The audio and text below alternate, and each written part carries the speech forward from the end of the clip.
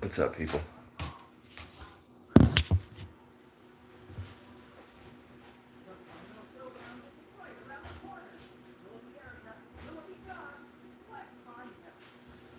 Okay, live.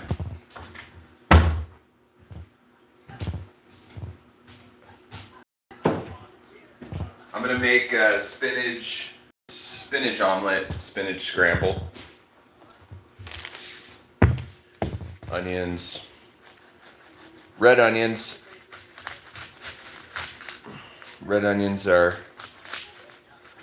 flavorful and they are good for your respiratory system. Respiratorial system.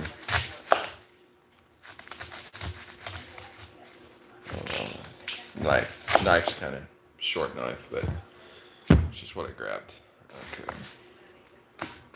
Onions.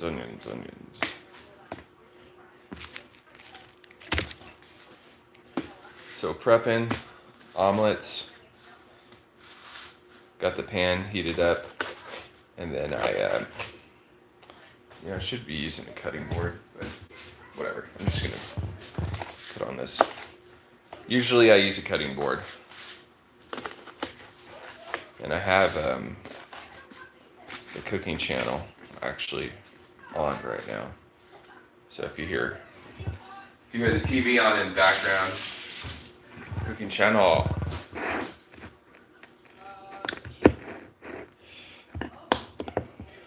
Okay, so I've been using the Kerrygold butter, Kerrygold Irish butter. I think the butter's great, and then I've been using avocado oil.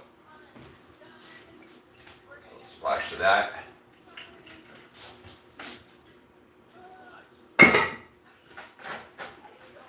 Get a couple napkins on standby. What I'm gonna do is I'm gonna flip this around so you can see it in right side. Okay, it's on the granulated garlic. That's what the phone is. That's what you're resting on. Then let's go ahead and put this onion in a plastic grocery bag that I usually save these and use them for different things. Grab a couple eggs. Organic eggs. Okay, these eggs are a little pricey. You know, they're $7.99 or $6.99 if you have your grocery card membership card, which I do. Definitely recommend. You know, that's the kind of stuff that I don't want to discriminate towards people that are in their 20s, but I could just speak for myself that, you know, when I was in my 20s, I would never really be interested in getting, you know, membership cards to places, you know, where you get rewards and stuff. I was just, you know, moving too fast, and but you know, every time I go to the grocery store, even if I only spend $30 or $40, I'm usually saving $5 or $6 each time. Sometimes I go to the grocery store and I spend $280, $350. Then I'm saving $25, $30. You know, one time I think I was like $38 I saved. I'm like, wow.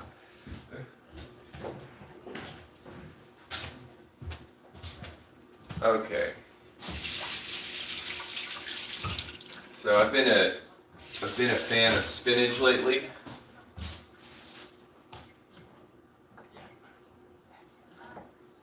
I've been a fan of avocado oil, celery salt, it's less sodium.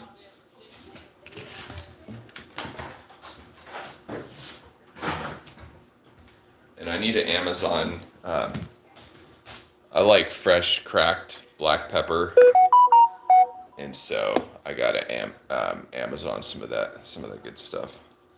I think somebody just texted me.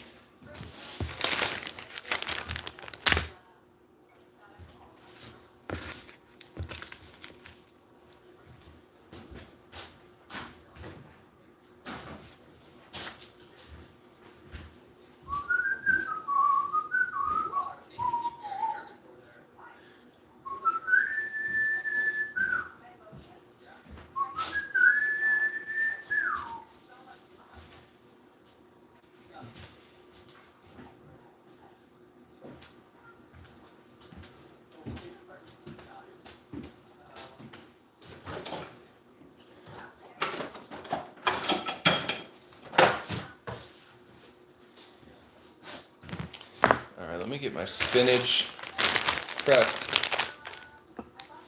So here, this spinach I've been getting, just Signature Select spinach. It's pretty good. But they don't really have a reopened, resealed. So what I'm gonna do is just get a little corner of this like that. Just that little opening, and I'm gonna bust out some spinach. Kind of a lot of spinach, because when this cooks down, it cooks down. All right, so I'm gonna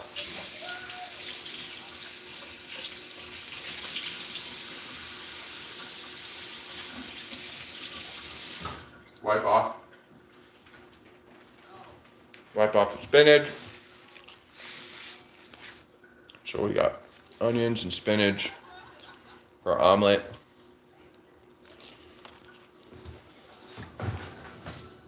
Then I'm gonna grab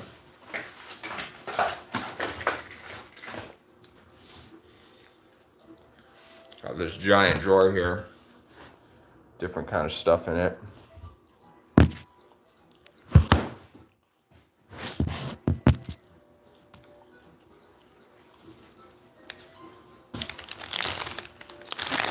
You grab one of these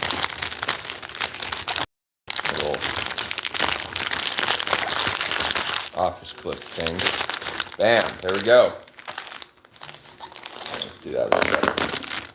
Make that a little cleaner. That way, when I put it in the kitchen, or when I put it in the fridge, it's gonna fit in nicely right there.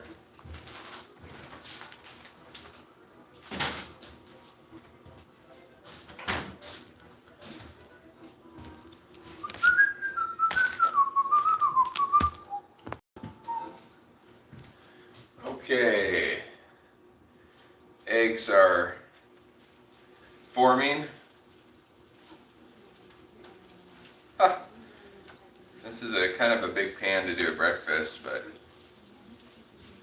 yeah, I should have probably cooked like 3 eggs, but I just did 2.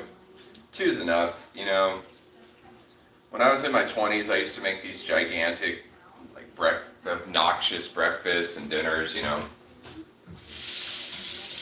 Especially when I was in, my mid-20s, 25, 26. I was, making a lot of money. And every breakfast had like 5 bacon strips, 5 sausage, 4 eggs, potatoes. It was just ridiculous. I would open up, crack open a beer and just start making these obnoxious breakfasts, and usually have 2 or 3 beers, a giant breakfast. And then I'd go for a 5-mile run, and then, come back and watch a movie or something. My curriculum was when I was in my 20s. So what we're gonna do, got a little cheese here. Let's go ahead and put in our veggies. Let's get this going.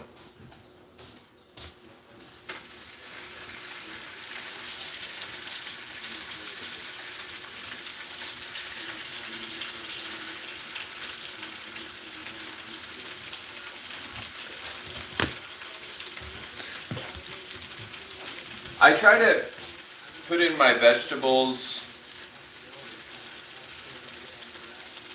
a little later, I think, than most people that are sauteing vegetables, because I like a lot of the nutrients to still be in the live food, without cooking it out.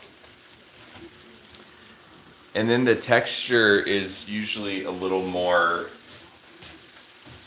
there's more texture, more earthy texture, and you have the essence of the vegetable just comes out a little better.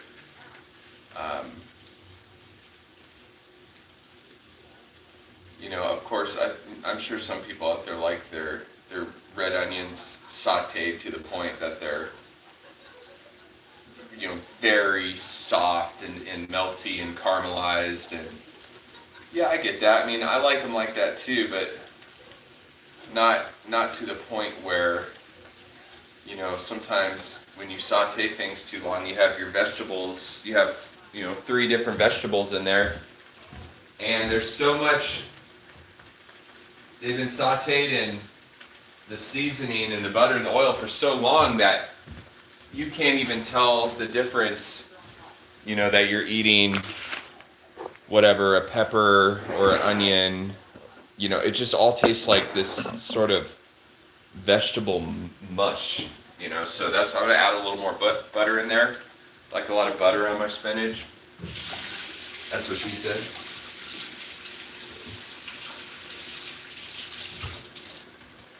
And that was never funny, by the way.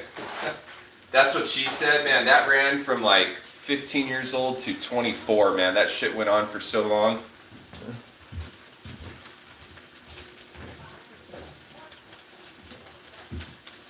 That's a stupid joke.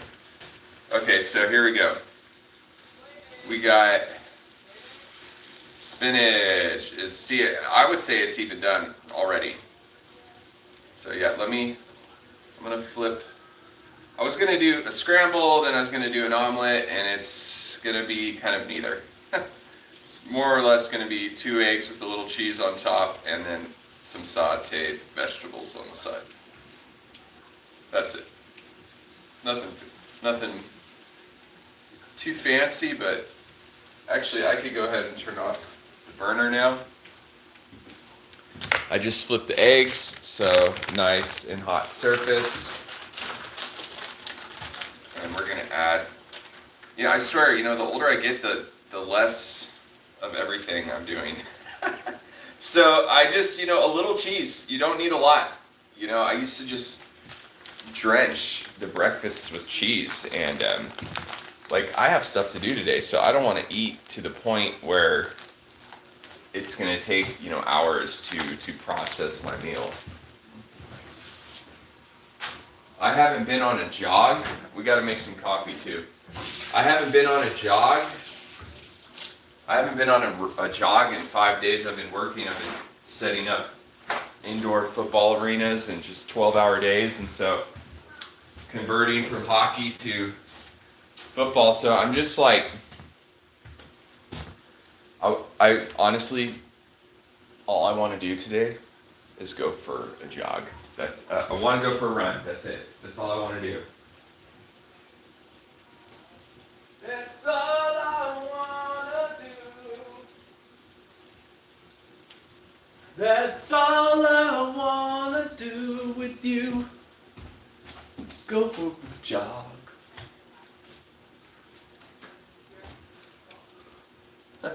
I'm an 80s child.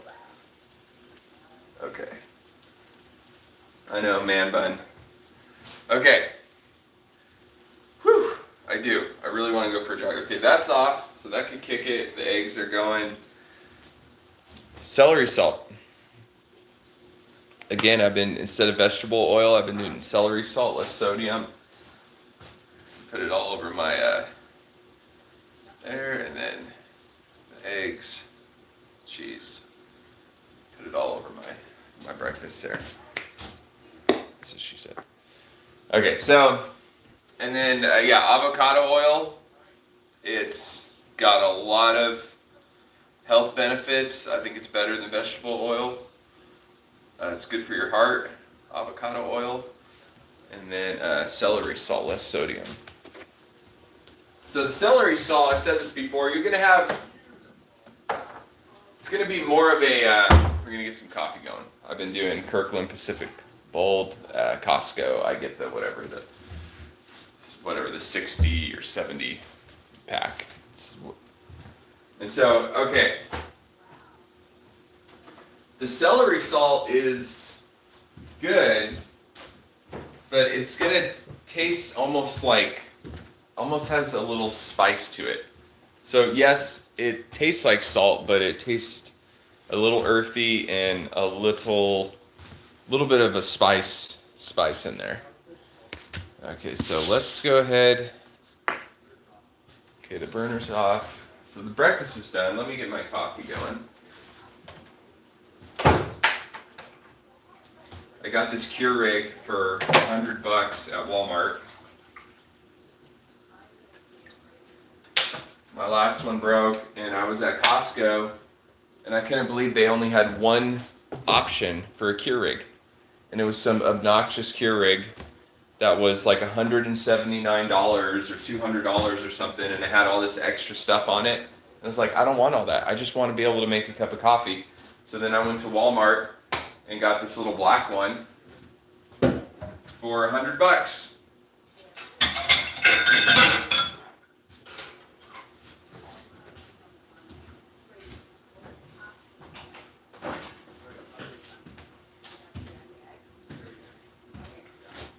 Okay, so yeah, so I do have to go for a jog today. That is priority, and I am going to work on music. I'm going to get into that in a little bit. I'm going to work on music. I don't really know what I'm going to do today. I have at least 3 open projects on my Apple iMac.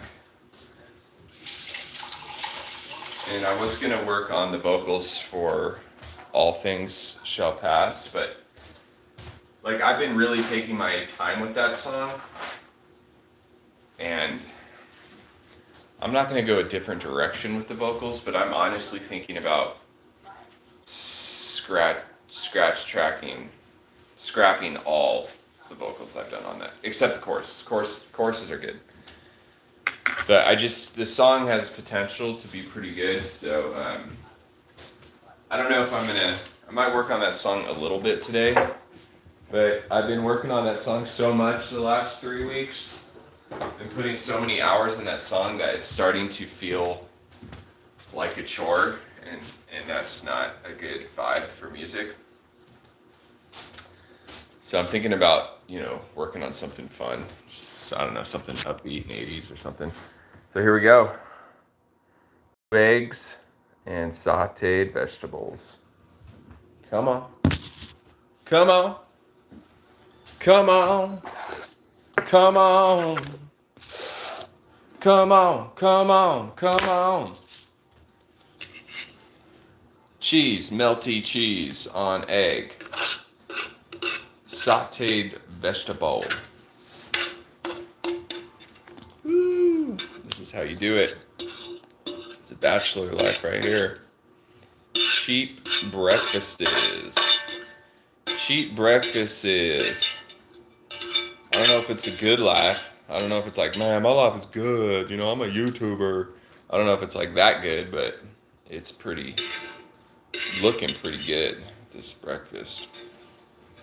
Bam. Okay, I always clean while I cook, people. I'm one of those dudes where I just cook,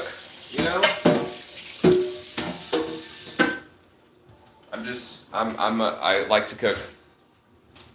I'm one of those dudes where I could just basically be cooking all day, be perfectly fine with it. Okay, let's get my coffee going. And just like anything, the more you do it, the better you get.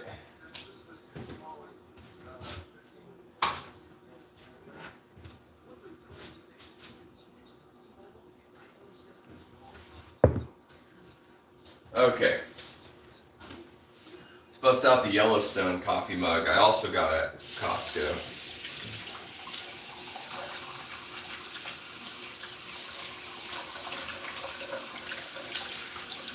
Man, I keep thinking, all I'm thinking about as I'm live is just, I gotta work out. I gotta go for a jog. I gotta go for a 3-mile jog.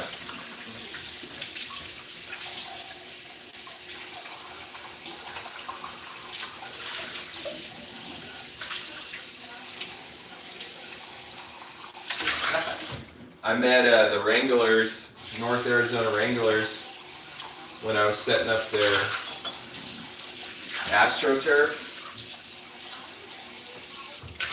And getting all the bleachers and the chairs going and all the ads. Anyways, I met those guys. Like, man, these guys are fit. I could totally see you guys are athletes, man. You guys look like all you do is just work out.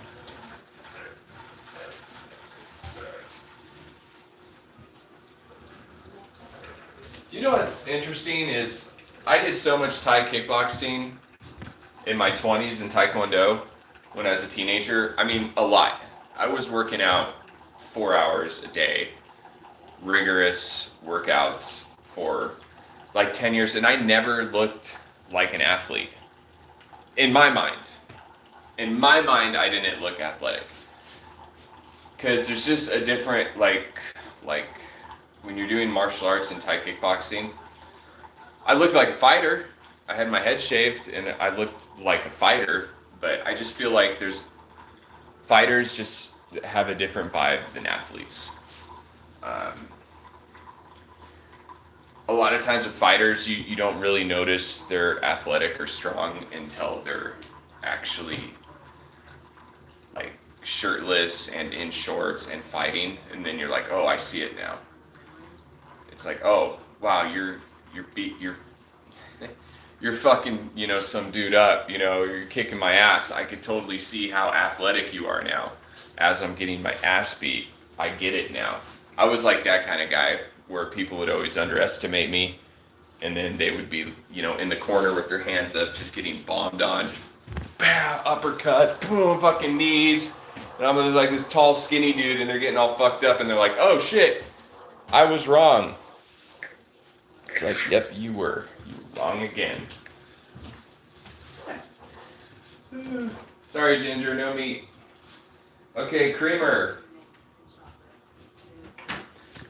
Yeah, never fuck with a tall, skinny dude that knows how to fight, because he will fuck your shit up.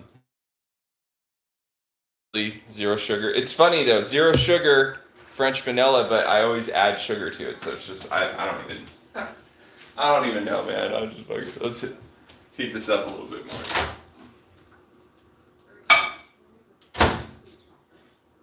It's just funny though about fighting, because there's tall dudes in basketball that are, 7 foot, 6'9", and they're very physically built, but you can tell they can't fight. They're very awkward when they punch. They're like this, and they just can't fucking fight.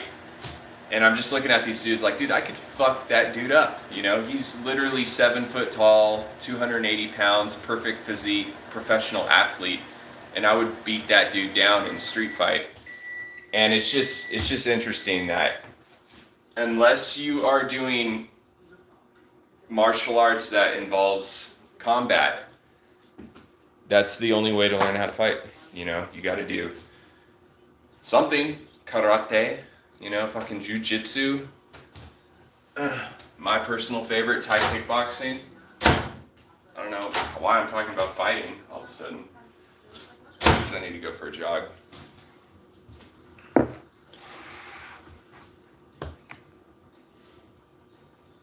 But honestly, nowadays, you hear people say, just buy a gun. Well, yes and no. You can't just fucking shoot somebody because you disagree with them or you don't like them. You will go to prison. But if you beat someone up, you could probably go to jail, for sure, depending on circumstances. I'm trying to be good, y'all. Just a little sugar. Just a little. Meet me in the little. Meet me in the middle. In the middle. Oh, this looks good. Oh, this looks good. I could have probably been a professional Thai fighter, but honestly, I don't like getting my ribs broken, and I don't like getting punched in the face and shit. I really don't, so.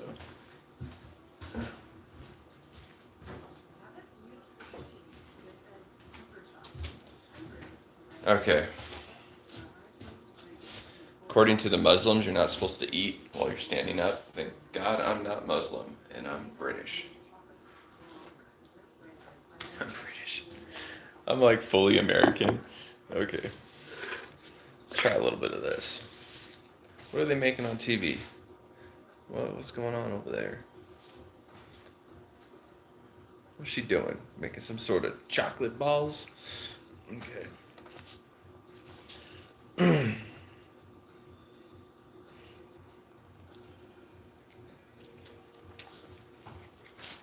That's good.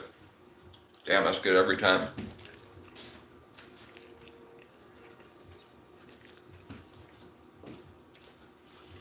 There's a certain way to cook eggs. There is. You don't want to overcook them because then it loses the flavor, just like the vegetables. Just like a lot of things.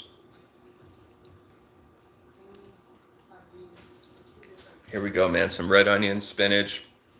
Look at that. Perfect. Perfect.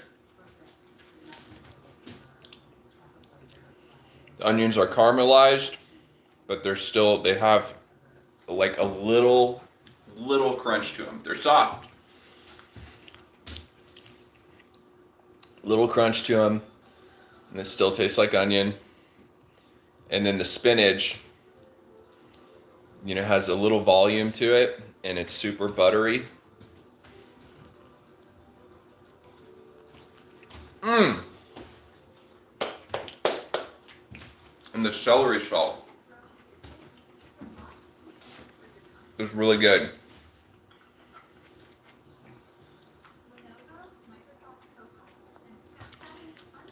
I'm not gonna lie, at first I'm like, I don't know about celery salt.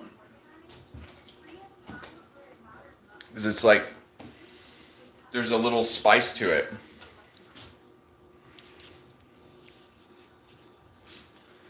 But, you just load it on. You load on that celery salt, and it's kind of becomes its own little flavor.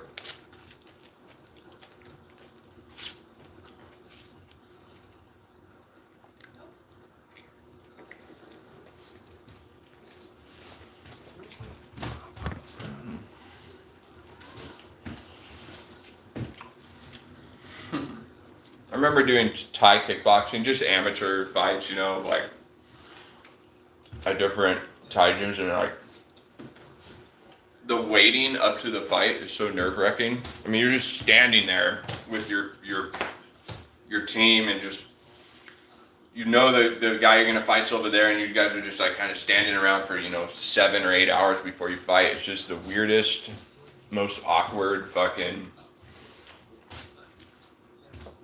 Makes you feel like you're back in school, you're beefing with someone, and it's going to go down eventually, and you're like walking around, you're seeing them throughout the campus, in different classrooms, and you're just got that feeling.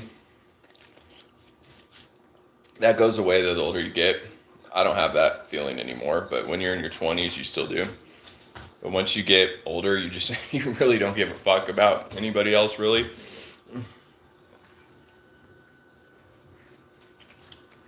A lot of that is ego. Scared to get beat down in front of people.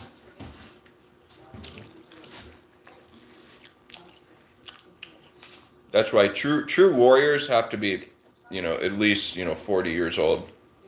You want to fight to the death, you got to be old.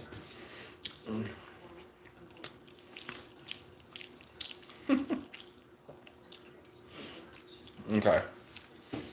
Change the topic.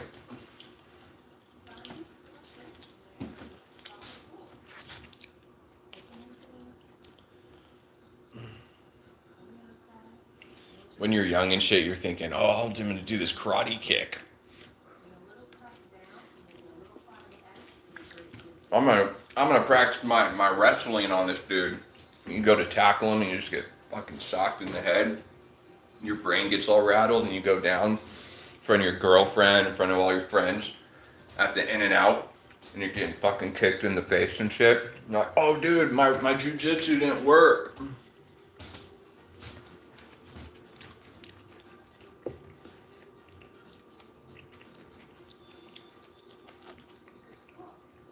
I know there's a lot of people out there, and they're like convinced that jiu-jitsu is the ultimate fighting system. And it might be in a competitive Maybe. I mean, yeah, it obviously is really great in UFC and stuff, but in my opinion, if you're gonna get in a street fight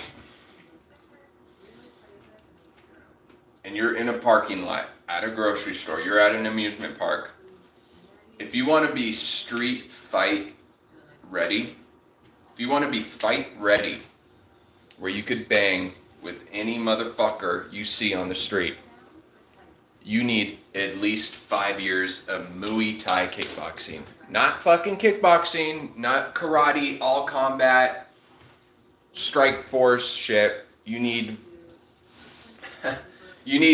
Muay Thai kickboxing, and it takes 5 years to make a fighter, a real fighter. Someone that could hold his own. You know, fight against four or five dudes. Not getting tired. Inflicting damage. Not throwing these like little fucking taekwondo spinning tornado kicks and shit. You get your ass fucked up if you go against a real boxer.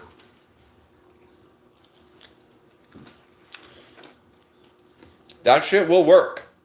The tornado kicks, spin kicks, that shit will work and land. But not if you're going against some dude that doesn't flinch.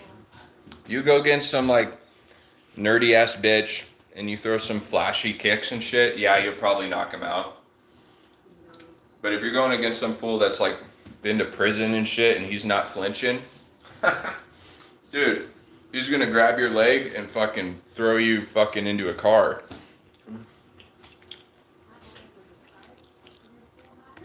I mean, that's if you're just, unless, again, if you've been working on your kicks for 5 years in a combative situation in combat training, yeah, you fuck some prison dude up. With your taekwondo kicks, you fuck him up. But you can't just be like a fucking blue belt and you've been training for 9 months. You have to be a black belt with at least 50 tournaments under your belt where you have your shit fucking down. Where you're throwing a kick and it's like, doesn't matter how it lands, or if it doesn't land, you're throwing another kick. Your kicks are landing. They're causing damage. He's turtling up. He's like a turtle shell. And he's like this. And you're just raining fucking deadly kicks on his ass. Then your shit will work.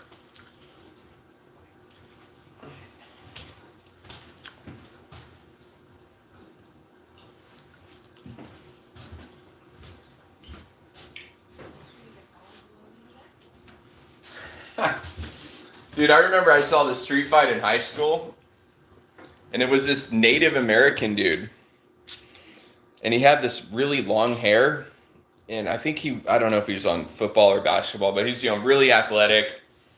I'm skinny now, but I was so skinny in high school. Anyways, I remember I was in 9th grade. I had my leather jacket on. I'm just, walking home, have my combat boots on.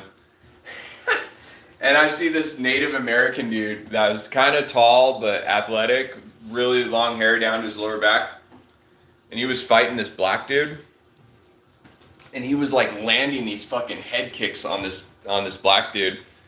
And I remember I don't know how the fight got, the fight got to like the fence, and this Native American dude had his hands on the fence and he was just like, bam! And just landing these fucking head kicks and was fucking this dude up. And I was just like, damn. I'm glad I'm not fighting that dude.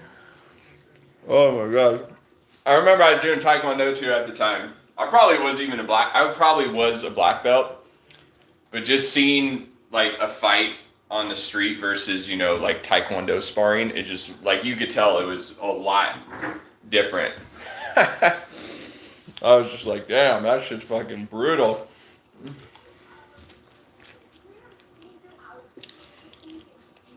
Guarantee you that long hair dude is probably Samoan or something.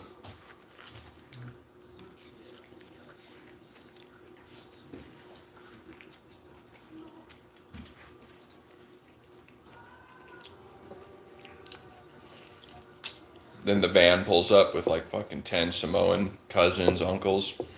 You mess with one Samoan dude, they will all come after you. And they're all big. They're all like 300 pounds.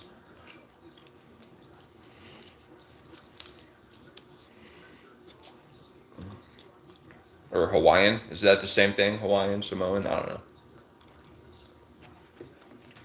Mmm. Mmm.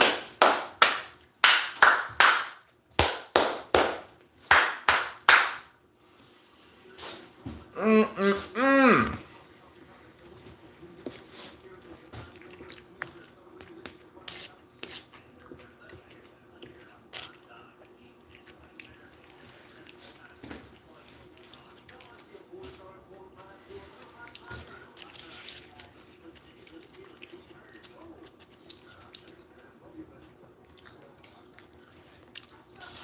Gosh darn, that's good.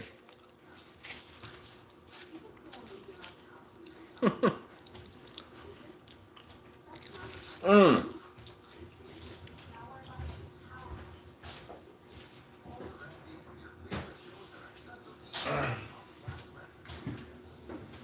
Takes 5 years.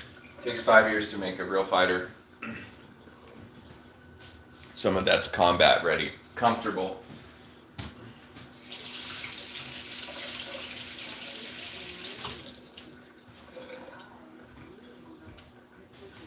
I'm thinking about getting back into Thai kickboxing, but I have so much money from um, root canals. I've put at least $20,000, and I swear if I start fighting in the ring again and one of those crowns get knocked out, I'm gonna get so fucking pissed.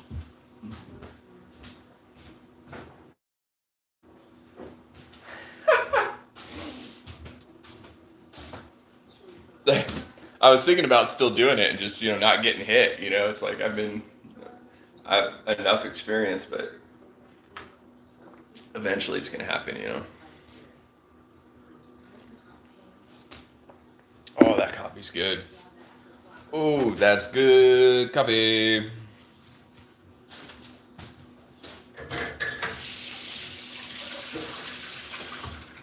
Playing music's great. I like recording music. I'm gonna put out a 4-song EP in October.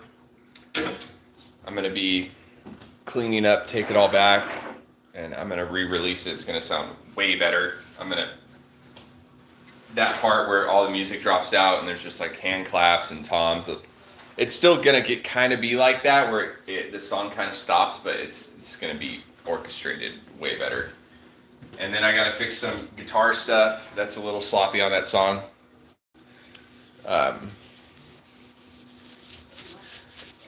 But yeah, I'm gonna be, releasing a lot more music this year.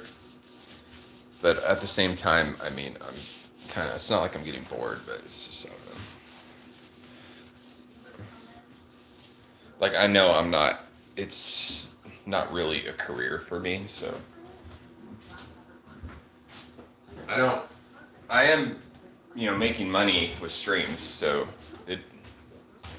it's an income, but I don't know. Kind of want to get back into maybe some martial arts or something. That's the best I've ever felt when I did Taekwondo. Even better than when I did kickboxing. As far as how I felt, when I did Taekwondo, I felt great, man. You do so much stretching.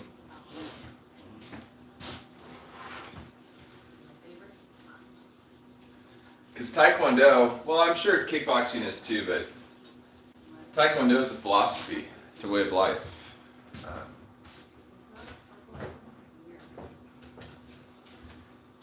The way the classes are structured, Thai kickboxing is just for fighting. If you want to learn how to fight, you want to do Thai kickboxing, straight up. If for whatever reason, you're a police officer, or you're a bouncer, or you have some traumatic experience, or your girlfriend's really hot, or whatever reason you want to learn how to fight, you want to do Thai kickboxing. But I think Taekwondo is better for life.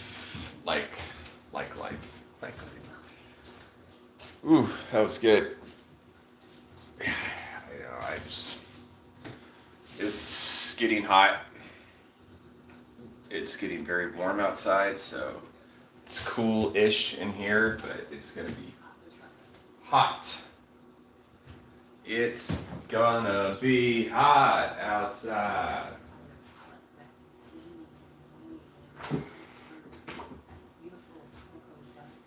All right, let's talk shit on influencers.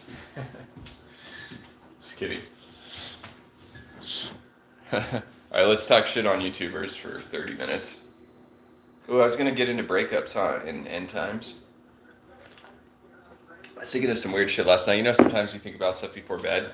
It's like, oh, that's pretty good. That's a good topic. I'm gonna get into that. And then in the morning, you're like, that's fucking weird. I want to talk about that.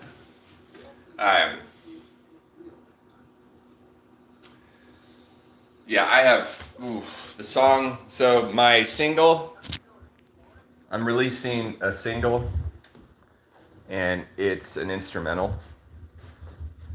It's really good, you know, the instrumental is good. But, you know, the instrumental is going to have lyrics. It's going to have vocals.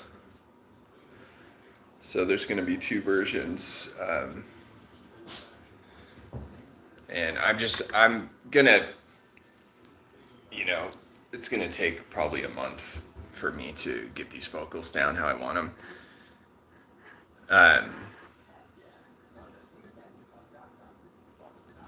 And then I'm also going to be re-releasing Jenna's in a Paper Dress on my EP.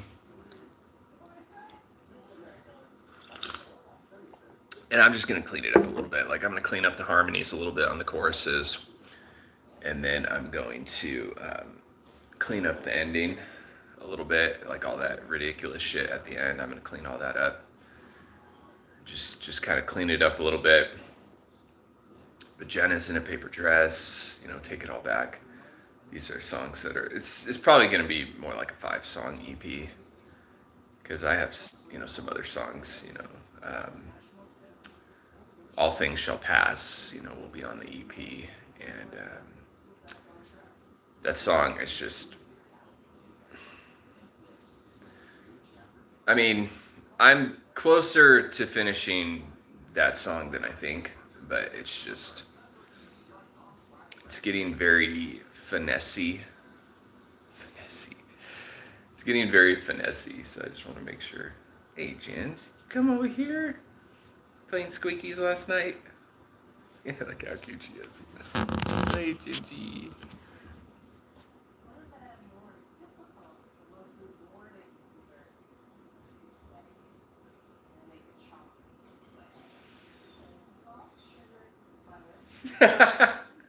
Oh man, she is so funny sometimes. She makes me laugh.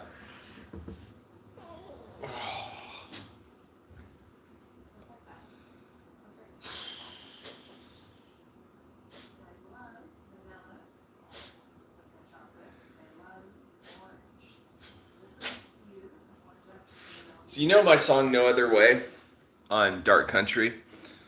I'm kind of going to be going to that, you know, angle a little bit, kind of like 80s post-punk, more like electronic, you know, rhythmic.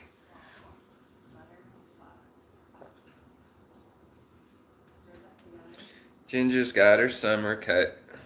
She's got her summer cut. She's so soft. She's so silky and soft. It's like very, very soft.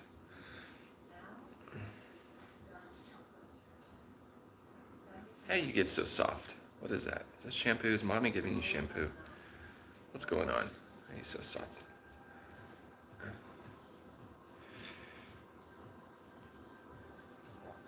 So, yeah, it's just, I got a lot of songs I'm going to be doing. Yeah, I kind of want to start some like new project today. You know, I'm going to be, you know, working later, so.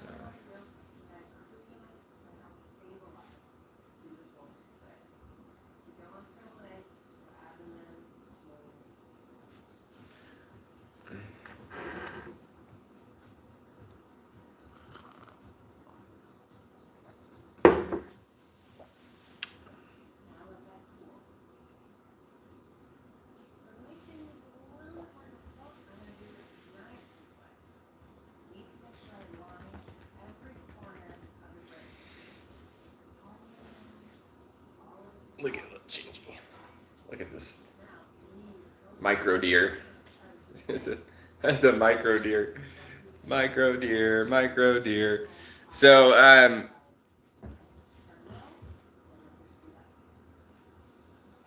go get a treat or something. Go do something. Here, let me get you a treat.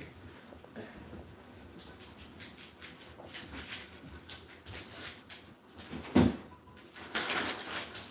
get you a duck treat, baby. You want some duck treat? There you go.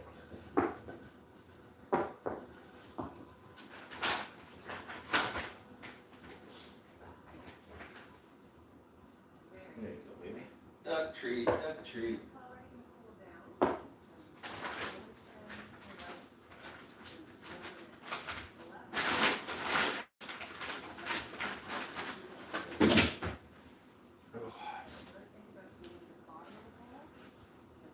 So, that breakfast was incredible. That was an incredible breakfast. Oh. I have to go for a jog. I do. I have to go for a long jog. I just took a shower too, so I'm gonna go for this huge jog and take another shower. Yeah, I actually wrote a song last night. I had a melody line. Thank God I recorded it, or I would have forgotten it. So I have a melody line, and then I wrote a bunch of lyrics down. And the lyrics are good lyrics. I was in flow state last night, and I just wrote down chorus, lyrics, and tons of lyrics for verses. So I think what I want to do is just start something completely new and get, all things shall pass, and I'll get back to working on that probably later in the week. Because the instrumental's done, the music's more than done. I did so much on that. It's 5 minutes and 20 seconds of just, the whole thing is just, even though it's only 5 minutes and 20 seconds, it kind of takes you through like a little journey, and it's easy listening, but there's a lot in that. So I just want to make sure the vocals, I don't just want to just do the vocals real quick. I could just do the vocals and release a song, but this song has potential, and I want to like really, make sure that the vocals are really dialed in. Because the second verse is getting a little out there. I'm like, I'm not scatting, but it's just getting, almost sounds like Rasta reggae in the second verse. It sounds really good though. It doesn't sound cheesy at all. It sounds super pro, but it just sounds, I don't know, it sounds a little ridiculous. I'm not sure if I want to. It sounds really good though. Everything sounds pretty good so far, but it's a.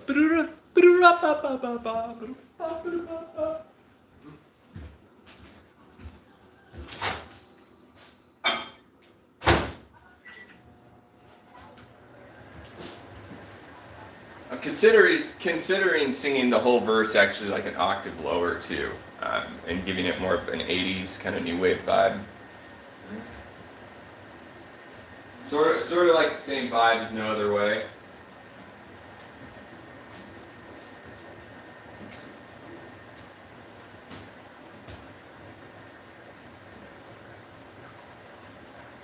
Don't, Ginger. I don't want you eating bugs and shit off the floor. With a dead bug.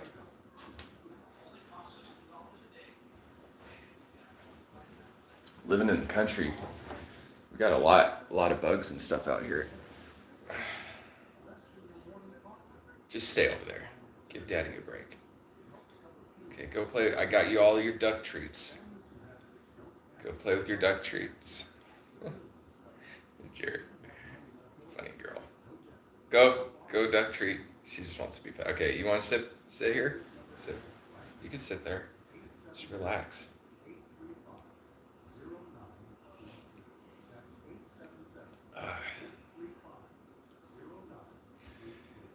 Yeah, I think I'm gonna probably start on a new project today.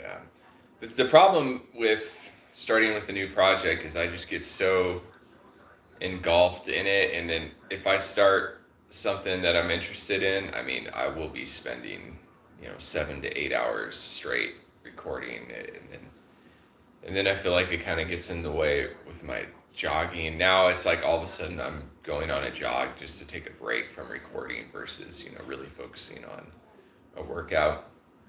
So I might just work a little bit on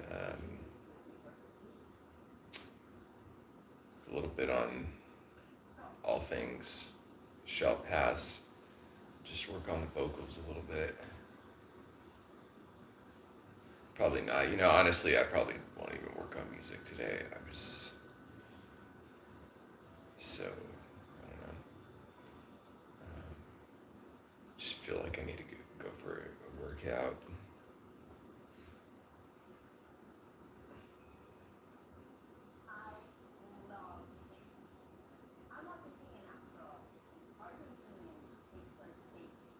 Argentinian, Argentine, Argentine steak, rib steak, ribeye.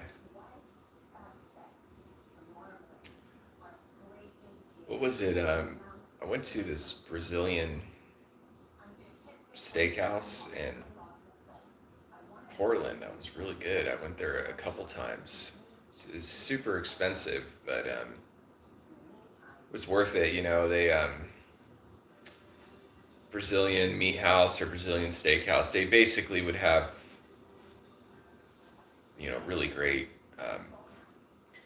ribeye and chicken and just all this different types of meat, really. And they'd come by and it would be on the stick, and do you want some of this lamb, and then they would cut it off, or different. They had like 10, maybe not 10, but 5 different types of just steak, different ways of making steak. And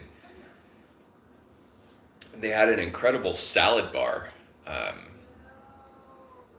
I forget the name of that place. Some starts with an F, but it's not in English. But anyways, the salad bar was just, they had so much on their salad bar, all sorts of things that I've never, seen, or, just, they had a lot of variety.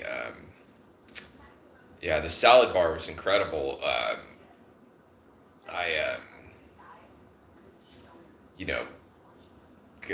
made up these gigantic plates from the salad bar, and then they start coming by with all this different kind of steak and different types of meat.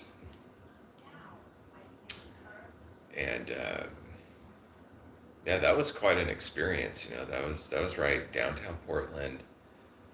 Incredible place. Portland had a lot of good food, really, though. And I've lived in LA. LA has great food, but I would say Portland even has better food than LA. And LA has really, really good food. Yeah, Portland had incredible Chinese, Thai, really good Indian restaurants. Everything was just always really fresh, and everything's priced well too. That's another thing about Portland is you go to Portland and an entree is maybe $16 to $19. LA it's going to be 25 to 30. Um, Parking's easier. But yeah, downtown Portland, it was easy, to park, and well, if your car doesn't get vandalized. It's just it was like LA. It's impossible to go anywhere. There's nowhere to park. It's impossible to get anywhere, unless you pay to park. Or in Portland, you could go around to different restaurants, and parking is relatively very easy. It's very affordable. You don't mind the rain. But I had a couple Indian spots. I went to restaurants a lot when I was in Portland. I basically ate out every single night.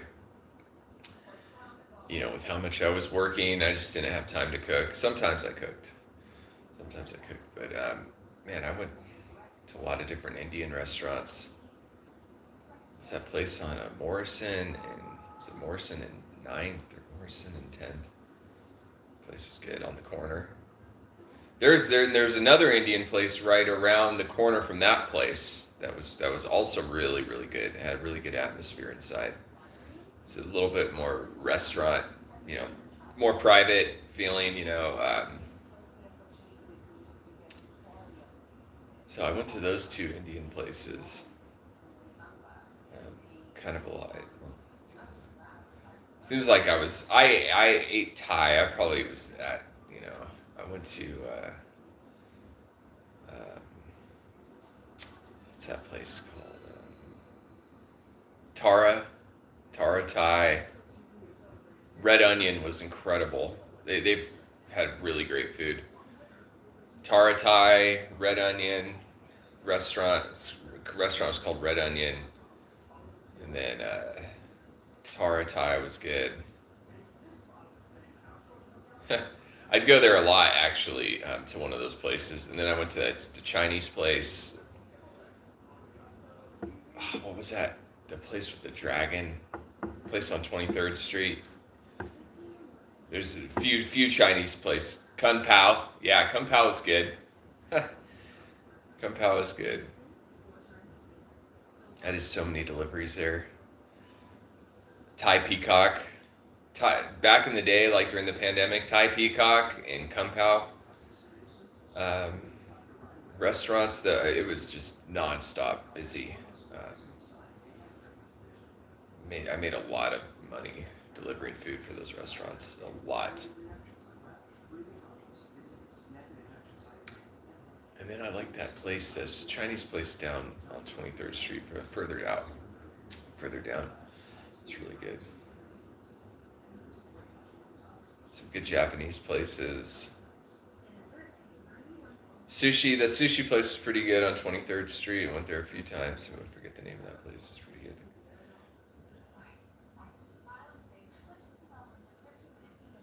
Yeah, there's a lot of good food places in Portland.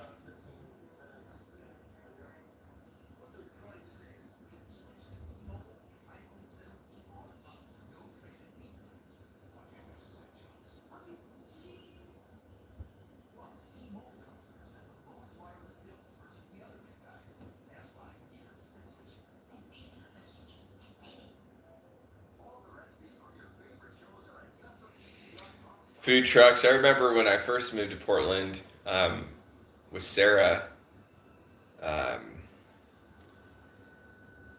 we would go to the food trucks at the waterfront.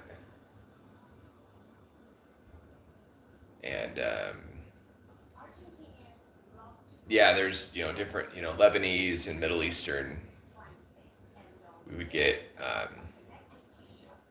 they had good food at those food trucks. We'd get Middle Eastern food, you know, Muslim, old grandma Muslim ladies, you know, cooking like incredible Middle Eastern food, and we'd walk down there at, you know, and what was cool is they were open all night, and we'd stay up late, so we'd walk down there at, you know, midnight, and we were new to Portland, so, you know, we didn't mind the walk, and you know, we'd walk to the waterfront. You know, we'd be gone, you know, an hour, you know, walking to the waterfront and back, because we lived on, you know, there was like 14 streets down, so, but the streets are tight, you know, so they're not, you know, far apart, so you go 14 blocks, you know, pretty quick, around 30 minutes. We walk down to the waterfront, we get Middle Eastern food, and we walk back up to our apartment, and yeah, we were eating pretty good. I ate good the entire time I was in Portland. What? Ginger. So yeah, I ate really good in Portland. Damn. But then, once you live there long enough, you're like, I'm not, walking all. We had cars. I mean, we both had vehicles. We just, like to walk. It's Portland's a nice city at night. There's a lot of really, building a lot of buildings that were built in the 30s and 40s. So the architect is architecture is nice. Just nice, a lot of these buildings you could tell they were built in the 30s, the style. So it kind of has this classic vibe. Portland is pretty preserved. Where Chicago, I lived in Chicago for a while too, and depending on what part you're in, depending on what part of Chicago you're in, it's a lot of new buildings. And Portland has new buildings, but they have some new buildings, but I don't know. It's a lot of these buildings kind of blend into the old style, though. A lot of apartment buildings. There's so many. It's almost like the entire downtown Portland is just all basically apartments. Just a lot of apartment buildings and restaurants in downtown Portland. The west side of Portland. And there's hotels, there's the Nines, some nice hotels, the Benson. There's banks. I mean, there's other stuff. It's not all apartments, but.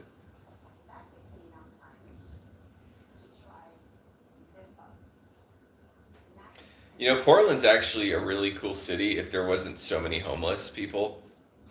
I know everybody says that, but it's true. It just kind of. It ruined the vibe, and they tried so hard they had so much street security and stuff, and they kind of, cleaned it up a little bit, but there was too much homeless people. They kind of ruined the whole experience, at least in downtown. That's why I went and I ate a lot at the Northwest district. There was a lot less homeless people in Northwest. Just, I don't know why, but way less. A lot of bars and restaurants in the Northwest. Ginger, are you trying to drink my coffee? You can't have that.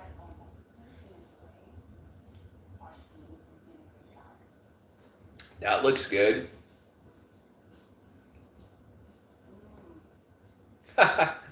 She's really enjoying that.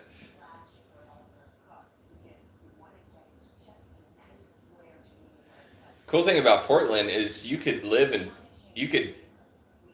basically support yourself in Portland, which is a basic job. If you work full time and get $20 an hour, you could have your own apartment basically, and you can't have your own apartment in Los Angeles and make only $20 an hour. You'd have to have like 2 roommates. You could get a nice apartment in Portland for $1,400 a month, something that would cost $2,200 a month in LA. So it's literally $1,000 less a month for your apartment. And the way Portland is laid out, you don't need a car. So, in LA you have to have a car, so that's $700 a month for just a basic car. And then rent is, $2,200 a month. So you need $3,000 a month just for a basic car and a low-level apartment in LA. $3,000, and that's not, obviously food, cell phone, all the other shit. You have to make $6,000 a month to have a very basic, simple life in LA. You have to make $6,000 fucking dollars a month to have basic everything. Where in Portland, you could make like $3,300 to $3,500 a month and have an apartment and be eating well. But it's the weather. It does rain a lot in Portland. It does. That's not a fucking myth. It will rain for 5 months straight, practically straight. 5 months in a row. Okay, changey. I think we got a lot of cloud coverage today. Gingy. I got the phone turned around so I can't see any comments. Oh shit, sorry. Well, I've been live for an hour. So now I was just thinking I was gonna go into breakups like you know, when you break up with someone you just feel like a shift, almost like a shift in your soul. Whether you're moving on before you guys are actually broken up, or whether they've broken up with you. Anyways, the breakup happens before the people actually separate. And this will happen in marriages too. And a lot of times people will be broken up, meaning they're not intimate. They're basically partners. They're living partners, and they'll be in a broken. They'll be basically broken up but living together, and people will go on like that for 5 or 10 years before they actually split, because they're usually living together, they share bills, they might have kids, you know, so they just kind of stay together for convenience, and then every now and then they might, you know, kind of get back together for a month or something. That's, I think, most marriages, and I think most people would separate, but for whatever reason in America, there's this like superstition with marriage where, especially if you're, you know, Christian, religious, especially Catholicism and Orthodox, they think if you're married that you can't divorce because somehow your marriage is tied together with God and the church and all this shit, which it's not. You know, that's all man-made. Churches are man-made. They're not perfect, especially, you know, Christian churches. You know, if you have an old religion like Judaism or Buddhism or Hinduism, those religions are so fucking old that you don't even know if they're true or not. But everything in the last 2,000 years is more or less a concept. It's a pitch. It's sort of like a control mechanism, you know, for better or worse, for society. So, you know, you have a lot of Catholic people that have, you know, been married for decades, and they would absolutely divorce if they knew they could. You know, they would. I don't think it's a great sin to divorce or to separate. I think a lot of times the souls meet, and then they're meant to move on to meet other people or to be single. But again, the superstition to religion and it's ego too. People, you know, they like, when you have a spouse, it's like how Liv looks at a relationship. You can tell it's very like ownership, like I have this, you know, like I've attained something. And a lot of girls look at, I don't know why girls look at, not just her, but a lot of girls on Instagram that I follow, like when they get a boyfriend or a fiance, it's almost like it's like a trophy to them, like they got something. And the truth is most relationships are over before they even begin, you know, and we just get caught in like sort of the idea of being with someone, you know. But being in a relationship doesn't mean that have attained anything, really. There's no, you know, I'm glad that I've never, well, okay, Desiree, I stayed with Desiree for probably over a year, meaning it wasn't like it was over. We had a good relationship even in the last year, but in the back of my mind, I was, you know, people, like I said, people break up before they actually break up. And usually you're living, she's so cute. Usually you're living with your partner and it's over.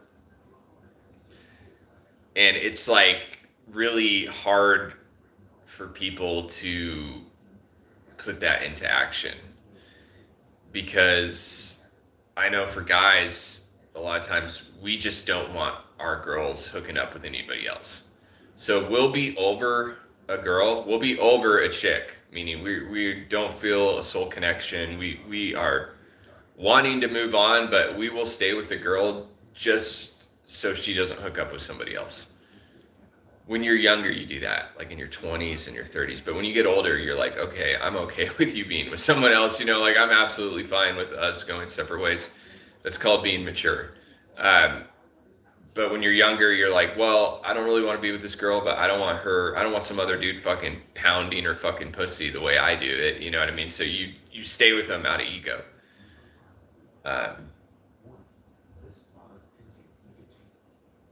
That's weird. Like the TV is off, but the sound is still going.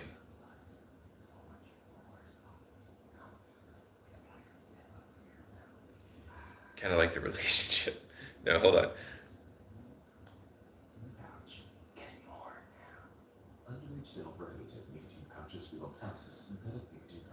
Nicotine pouches. I smoke cigarettes. I don't smoke a lot, but okay, TV's back. Now it's on again. That was weird. That commercial was blacked out, probably because it's a nicotine commercial. They don't want kids seeing that shit. Nicotine pouches, that's such a useless addiction. Just like cigarettes. I could probably quit cigarettes. I only smoke like 2 or 3 cigarettes a day. It's so fucking pointless. I smoked cigarettes for 10 years and I quit. I remember smoking weed and I was like, I was thinking, well, why smoke cigarettes? You don't get high. You don't get anything from a cigarette, but I guess it's a small experience, tobacco. Tobacco, I guess, has some benefits to the brain. I don't know. They're always coming up with new studies, something about smoking tobacco could,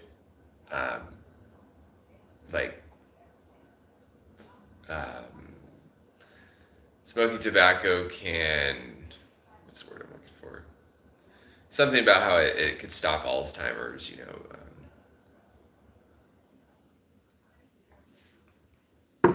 something like that.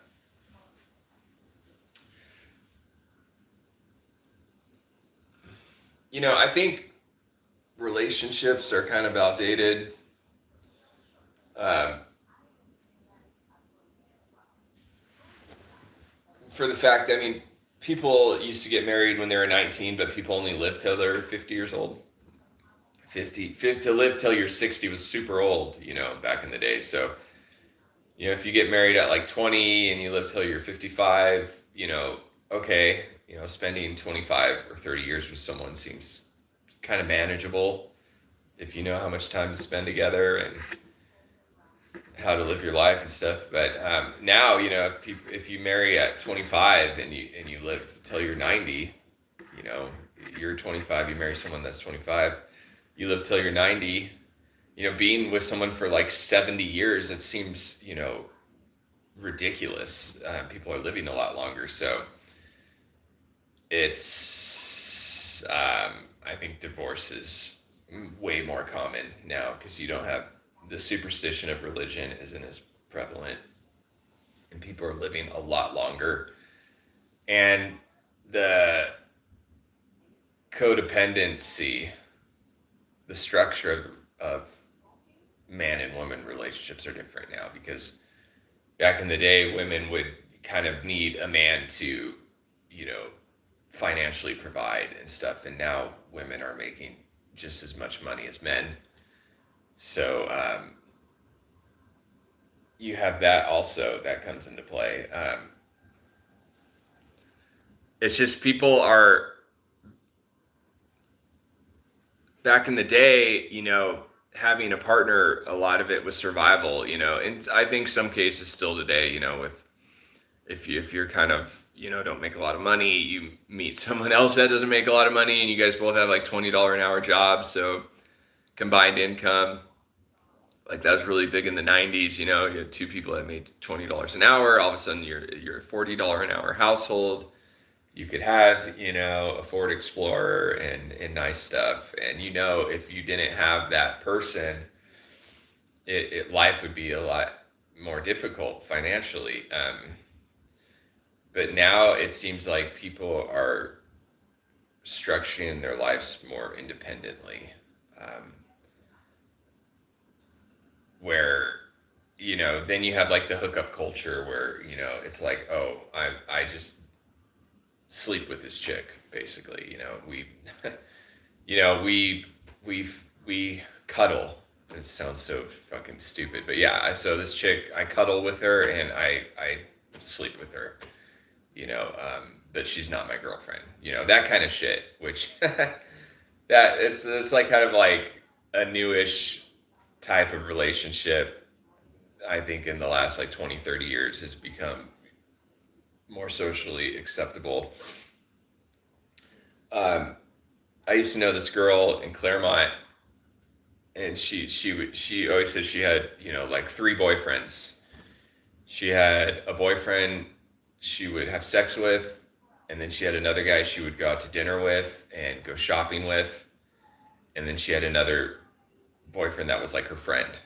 Um, and she said by dating all three of these different guys, she had basically the perfect relationship. And she would always tell me, she'd be like, if I could roll all three of these dudes up in one dude, she would have a perfect relationship. But the way she was talking about this to me, and I remember I was like 21 and she was like 29, and she's telling me about this. I feel like she was trying to tell me something, but also she was so comfortable about talking about her three boyfriends that I feel like they probably even knew, like, okay, I'm the guy she has sex with, and then the other guy's like, okay, I'm the guy that we go and we travel with. I take her out. Yep. We go to restaurants, we go shopping, we'll go to fucking whatever, Knott's Berry Farm. And then the third guy was like cuddles, friendship, deep conversations, psychological likeness of mind, so she had, and looking back at it, I bet you anything the guy that she went to restaurants with and stuff was probably older. He was probably in his late 40s and had money. And her boyfriend was probably someone she's known since she was a teenager. And then the dude that would just fuck her was probably someone that she fucking met at a grocery store or a concert, or was probably a friend, like her girlfriend's brother or something. I don't fucking know. So they probably I'll never, I don't know why I remember that. I remember this chick telling me about like her three different boyfriends, and it's just like, I remember just like when I was younger hearing that, going, God, like, you're a fucking crazy bitch. I was, but now, I get older, I'm older now, and I'm like, okay, that, kind of, makes sense, I guess, a little bit more. It just, back like 20 years ago, like that kind of living was still pretty taboo for a female to be, openly saying she has three different boyfriends, and they each play a role in her life. It just seemed, bizarre as, 20 years ago, but now it doesn't really seem that odd.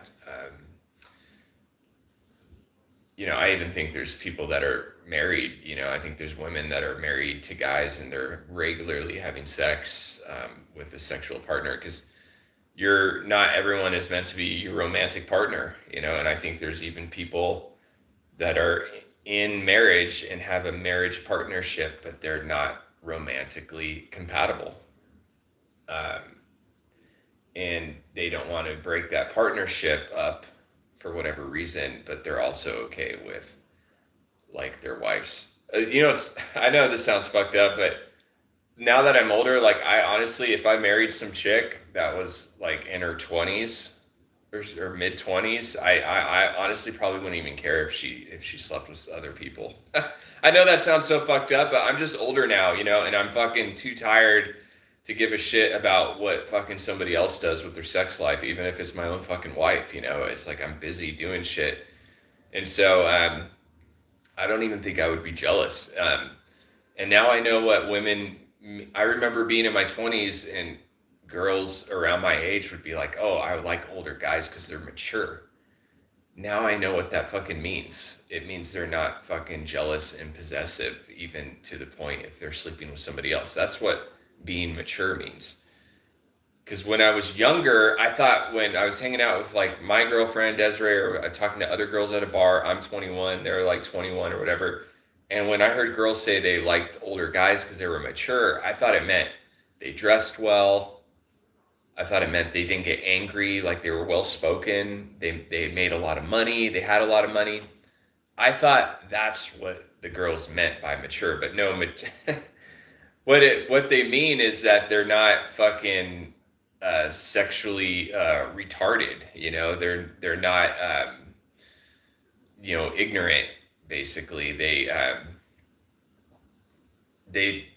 basically want to date an older guy that is okay with them doing literally whatever the fuck they want at any time, and not give them any fucking shit about it, and not make them feel like they're in a box, like a cat in a box. That's exactly what a girl means by she wants a mature guy. She just doesn't want to sound like a fucking whore and tell her guy friends what it really fucking means, but that's what it fucking really means. She wants to live out every little fucking sexual fantasy she wants to live out with at any time with anybody, and she wants to be able to have a guy in her life that's mature enough not to act like a little fucking bitch when she runs off and does whatever she does. That's what a girl means by she wants a mature guy. So, but a girl would never tell a guy actually what she means by that. And of course, obviously a girl's going to want a guy that has, you have to have some sort of money, more than like $600 in your bank account. If you want a serious relationship, I mean, I don't think you have to be a millionaire, but you have to, at least have some sort of money coming in regularly, and have some sort of money, and have some assets. Poor people buy things, rich people buy assets. Being property, vehicles, shit you own, shit that's worth something, silver, jewelry. Those are kind of fall under things, but see, I know some people do crypto and stuff, and they're into crypto and online gambling and stuff, but to me, that's just all gambling, and I invest my money in silver and platinum and jewelry. I have a lot of money in platinum. I have platinum bars, I have silver bars, I have coin collections, and that's something that increases in value. And I'm never going to take whatever, like my 1973 Canadian Queen Elizabeth silver coin set that's worth like $700 or $800. I'm not gonna, likelihood of me going in and like pawning that or selling that to a private buyer for like $800, I would have to be pretty fucking down and out to do that. So basically, it's not going to happen. So when you sell or when you save money in the bank, it's really easy to use a debit card or to buy something online. But when you have your money in silver, you're probably not going to spend it, and it does increase in value. I bought all these silver ounce coins like 5 years ago for $60, and I bought a lot of them, and they're all worth $100 each now. So almost doubled my money. And it'll drop, it'll go back down to whatever, 65 or $70, but silver and platinum goes up and down. I don't day trade it. I'm not like trying to buy a bar of silver for $4,000 and sell it 2 months later for $6,000. I know people do that, but I don't do that. I just buy small amounts of silver and platinum, and I just fucking save it. It's a collection. I like to buy, unique pieces. Okay, I'm gonna heat my coffee up. I don't know. That's almost about it. I think I'll end with some weird shit. Hold on.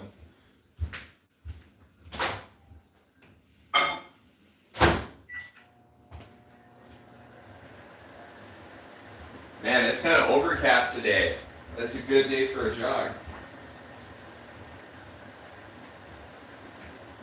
I got people texting me. I haven't checked my texts yet. Ginger, stop being so cute.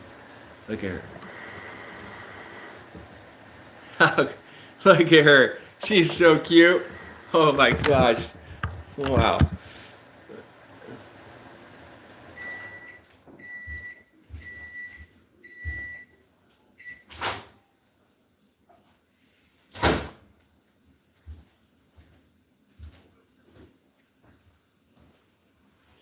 She is so cute. I gotta work out. I was working 12-hour days over the weekend, so she's so cute. She's got human eyes. You're a human. You are a human, Ginger. You're kind of like a human. She's so intelligent that she's kind of like a human. She's very observant. She observes very well. She's observant. She communicates well. Loyal, sweet girl. She's such a sweet.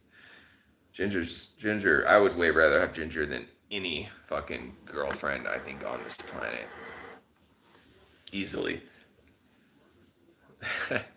you, you know, yeah. Being in a relationship it's just much. I honestly like.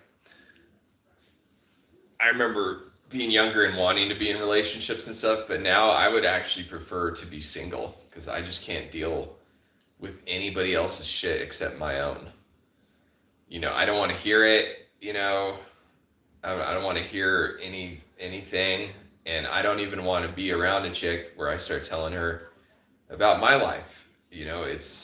I'd rather go on YouTube and talk to a fucking 10 million strangers than talk to one fucking bitch so she could use everything I say against me. As soon as you open up to a girl, she's just keeping mental notes, and she's like, "Oh, fuck, I use that. I'm gonna use that to my advantage. I'm gonna use that to my advantage. I'm gonna use that to my advantage." And that's just how women are. That's their character. That's how they operate. And maybe guys do that too. Maybe guys to an extent. I think all people have that same characteristic. Someone opens up, tells you things, and it's like, fuck, I'm gonna use that against them. That's why I'm like, to be a YouTuber is fucking stupid. I only have, 500, subscribers, so it's like, I'm kind of using YouTube right now to just kind of motivate myself to, I'm thinking, well, I'll go live and talk about going for a jog for an hour, and then, maybe I'll, just kind of, fill up some time, kind of I use YouTube too as like a sort of like a journal. I just kind of journal. Not going to be YouTubing for too much longer, believe me. I think if I had a bunch of subscribers, I probably wouldn't not at all be YouTubing. I think it's stupid to have 100,000 subscribers and go on YouTube and talk for 4 or 5 hours. It's just, I think it's got to be retarded to do that. Imagine needing like $300 or $400, so you have to go live on YouTube and be funny and talk about interesting topics, stuff that is current, that interests people, just so you could have $300 so you could pay some fucking bills. Just seems like so much easier just to go get a fucking job and work somewhere than to try to come up with being this entertainment person on YouTube for money. Just, I don't know. For me, it seems easier. It's easier just to get a job, And these YouTubers aren't making a lot of money because they're always, they always come up with their stupid little brands and like t-shirt companies, and they do little collaborations, and they might get paid, $500 to make a fucking little video for a company or whatever.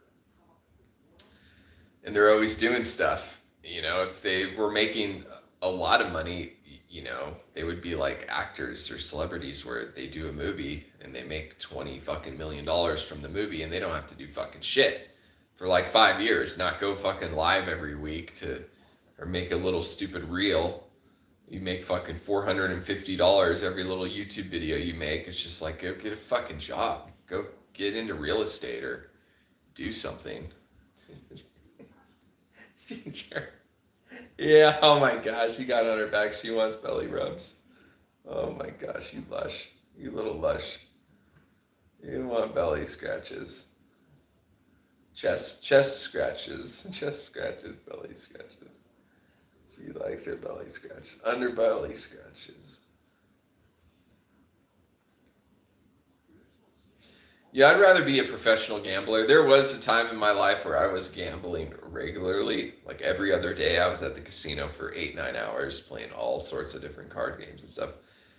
And I mean, there was times, I would, make, I would regularly make $800 to $900 in a day. Where I would go make $900, I'd be like, okay, I don't have to go tomorrow because I just made $900. And then like 3 days later, I'd go and make another $900, and I was doing that for a year. I mean, it was getting to the point where I was telling people I was a professional gambler. I know that sounds like crazy, but I was at the casino enough, and I was making enough money where it was a job. I go play blackjack. I go make $700 on the blackjack table in 2 hours. I did that shit all the fucking time. And then I got hit a streak of bad luck.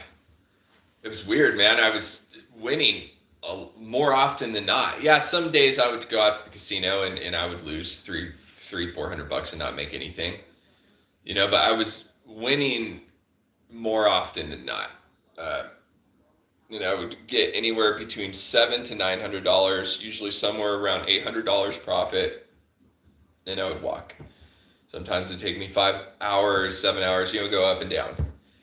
You start playing and you have $100, you go up to 400, you go down to 200, you go up to 600, you go down to 300, and you're doing that, for hours. And pretty soon, when I was at about $900, I'd be like, okay, cash out, get, $100 bills, and then I'd be like, okay, I made $900. I was including drive time. I was gone for about 7-8 hours. That's about $100 an hour. I looked at it as a job, basically. I calculated my money and my gambling. I looked at it like a job. And I remember for a while there, I was like, about 10 or 11 months into living like this and living pretty well. I was eating well. I was buying new clothes all the time. I had plenty of gas money. I was able to help out around the household. I had money for bills. My car was paid off. I was comfortable. I wasn't like super wealthy, but I was, comfortable. Kind of like how YouTubers, they have to keep coming out with YouTube videos to make their $800 or $900, and they know if they don't make their YouTube video, they don't make their $800. If I didn't go to the casino, I didn't make my $800. So, wasn't super wealthy by any means, but I was comfortable. But then, man, I hit this bad luck streak where I was like, remember, because when you're like a gambler like that, man, if you strike out like 4 or 5 times in a row or days in a row, 4 or 5 trips in a row, that's it. Ginger, are you okay? Oh, you're sleeping? God, Ginger. Just looked like you were dead. She just looked like she's so comfortable sleeping. Sorry. I'm sorry to wake you up. Go back to bed. It's okay. Go back. I'm sorry. She was just like knocking out. I was talking her to sleep. Yeah, but when you're gambling like that and you go to the casino and you lose 4 or 5 days in a row, that's it. You don't got no more money you got to get a job. So basically it was on a winning streak. God, I remember one time I go to this casino and I'm playing $50 blackjack hands. I'm already up. I have, $800 in chips. I remember, $50 and, boom, 21.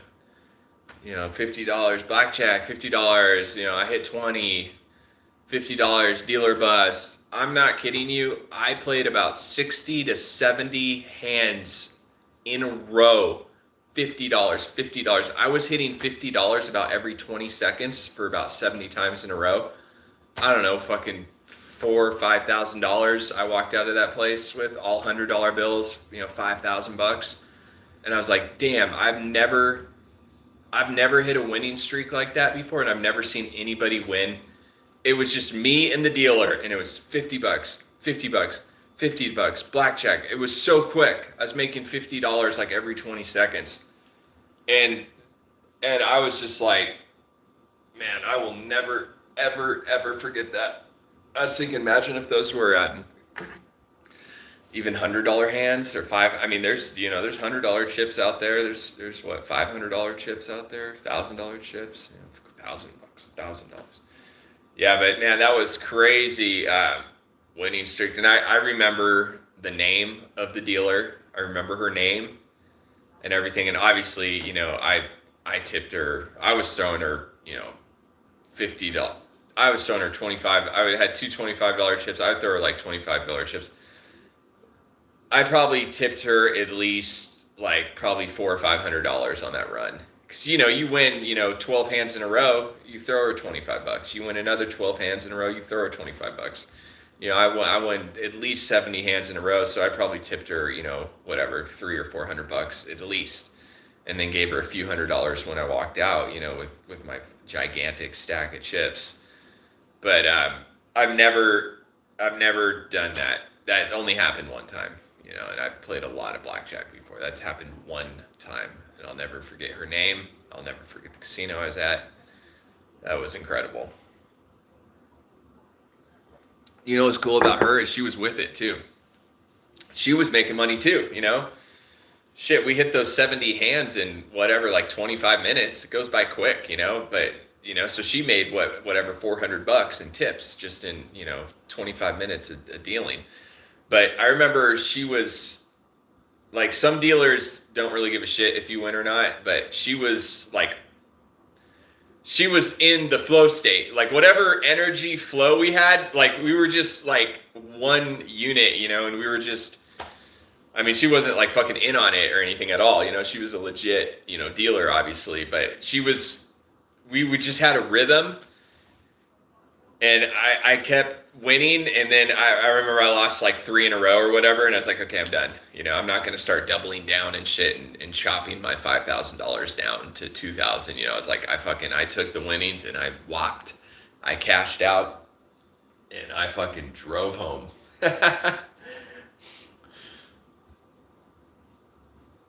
Oh, that makes me want to go to Vegas or any casino. They got casinos here. I don't know, but I had such a bad losing streak, like after my gambling, the year of gambling. I kind of got whipped so hard where I did gamble a little bit when I went to Vegas last time to see family.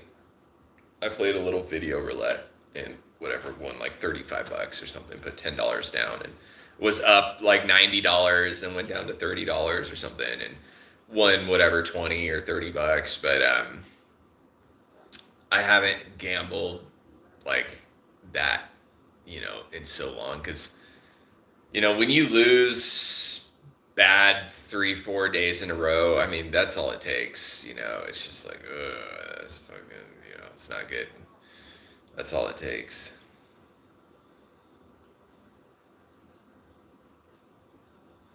She's so cute. Oh my gosh, she's so cute. All right, I gotta get to it. I gotta start working on music or go for a jog or something. I gotta get with it. Oh wow, it's a long live.